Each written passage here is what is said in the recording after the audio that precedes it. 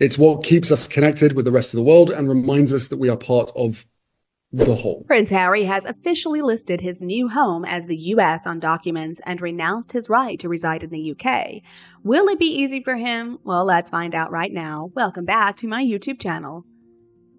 As we know, since Meghan Markle entered his life, Harry has left his family and his country. And as I see it, it doesn't really matter where we were born and raised. We never should betray our roots. We've got to appreciate and love the place that raised us. Am I the only one who feels this way?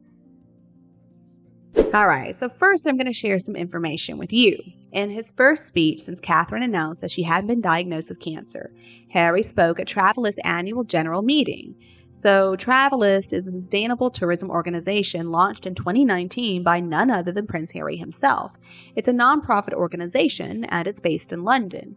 So, in his latest speech, Harry has declared that his new country is now the US. This is officially a sign that Harry no longer cares about his family or his homeland. I mean, we already knew this, but I guess now he's making it official. In my opinion, if Harry renounces his home country, then he also should give up any title that he may have connecting him to his old homeland. As far as we know, he sure hasn't done that. So he's claiming that now the US is his primary country of residence. And somebody who loves status like Meghan, somebody who schemes as much as she does, is never going to let Harry give up his title.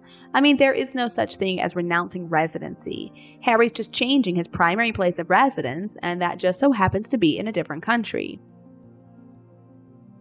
And he claims that he was kicked out of Frogmore, which the late Queen gave them as a wedding gift. So humiliating for this poor British prince. He must be traumatized.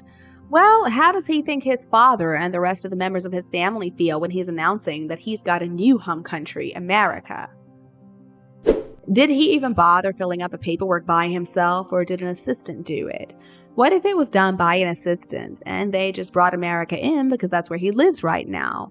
So residency and citizenship, as you know, are two different things altogether.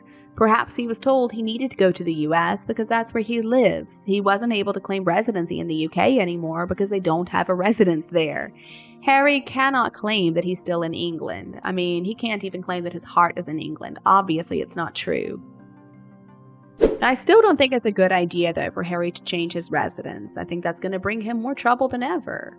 Now, recently there was a Newsweek article about this. Quote, "Look for Prince Harry changes country of residence from UK to US. What privileges will he lose?" So the issue that we need to talk about here is probably the tax issue. I think it's going to be very hard for Harry to pay taxes when declaring his new residence in the US. And I'm not sure if this is simply an indication of his immigration status or if declaring permanent residency in the US takes more than that. It's not like Harry can just have his father wave a magic wand and declare him a US citizen.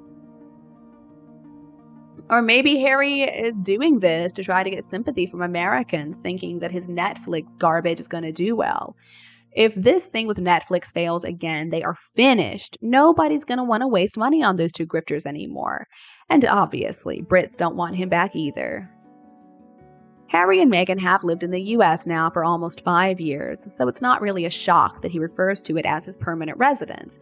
Harry doesn't have a home in the UK ever since Frogmore was taken away. I tell you though, Harry and the invisible children should be completely removed from the line of succession. That is something that Brits should be happy about, because at least then Harry and Meghan wouldn't be bothering them anymore. Obviously, the good people of Britain are fed up with those fakers. I mean, do you remember the time recently when he went to meet with his father and his father would only agree to see him for a few minutes? And basically his father ignored him. So if Harry goes back, just imagine what the British media is going to do. I mean, Harry has insulted them time and time again. And remember, Meghan and the children couldn't possibly feel safe. She's going to be stuck. The weird thing, though, is that the media keeps on talking about this idea of reconciliation. I believe this is one of those things we really shouldn't even wish for. Harry and Meghan being brought back to the UK, it's not going to shut them up. It's going to make things a lot worse. And I'm sure royal family members are just going to feel relieved that Harry can't bother them anymore. For example, Princess Charlotte wakes up on Thursday morning ready to go to school. Before breakfast, she turns on her computer, she Zooms her uncle, who is 2 spots beneath her in the line of succession. He answers in spite of the fact that it's nighttime in the US. And then Her Royal Highness is surprised at this before she remembers her aunt-in-law is an absolute witch. So before Harry can say anything, she accidentally blurts out, "You're not coming back to Britain," and then hangs up. And then she continues on with her morning, getting ready for school. She is more than happy to have put her loser uncle in his place. And then she can just happily look forward to the weekend when her grandfather is going to let her take a look at the royal jewels so that she can save a few pieces for herself when she eventually comes of age. And she's going to naturally choose pieces worn by her identical paternal grandmother. Meanwhile, over in Montecito, California, the fake grifters are seething. Or another example, perhaps Her Royal Highness Princess Charlotte of Wales's computer starts ringing. There's a call coming in. It is her disgraced uncle, who is now in 2 places beneath her in the line of succession. And she answers, hoping that it's not going to take long because she's got things to do. See, she's not going to hire somebody to cheat for her like Harry did, so she actually has to attend school. And she's a lot smarter than he ever was. So he tells her, "Charlotte, I've got to talk to you." And she says, "Oh, sorry, uncle, can't speak with you now. I'm going to go try on the Spencer tiara after school. Bye-bye." Her paternal aunt, Her Royal Highness, the Princess Royal, looks on lovingly at the little girl who is going to do an amazing job succeeding her. So basically, if Harry and Meghan do somehow get back to Britain, then it's going to be much easier for them to pretend to be royals, and it will also be easier for them to harass and bother the real working royals. And I'm afraid the country will never be rid of them if that happens. So the best thing is for them to just stay put in California, and then they'll have to desperately fight for attention with all the other celebrities.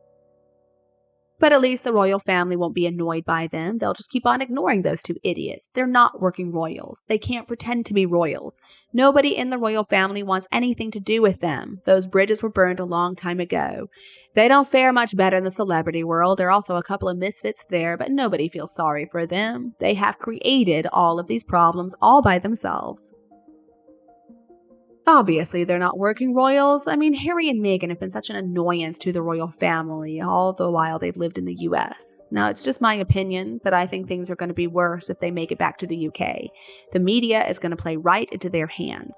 I think the best thing for the world would be for the Carparkles to gradually fade into obscurity. And eventually that's going to happen. It's already started happening. Now, as far as I know about the law in the US, your residence cannot just be declared or claimed based on how you feel. I mean, if that were the case, then all those people south of the border could just declare that in their hearts they feel like they are Americans, and so that would be their home. It doesn't work that way. Now, it can be his domicile, meaning that's where Harry currently lives, but it can't be his permanent residence for census and voting.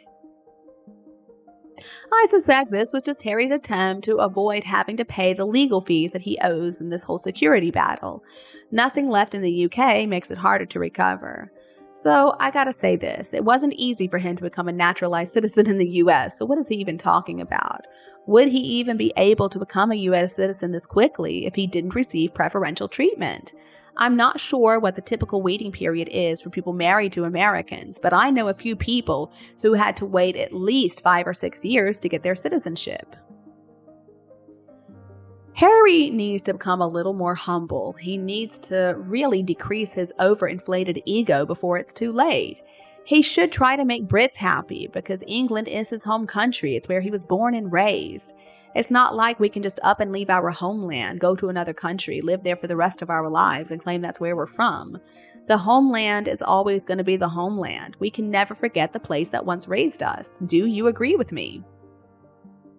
Alright folks, I know this video is getting a little long, so I'll wrap things up now. I hope the information I just shared with you is useful, and I would love to hear more about your opinions because they are so valuable. They really enrich our discussions, and they help us see topics from different angles. Thank you so much for watching, goodbye for now, and I'll be back to see you soon in other videos on my YouTube channel.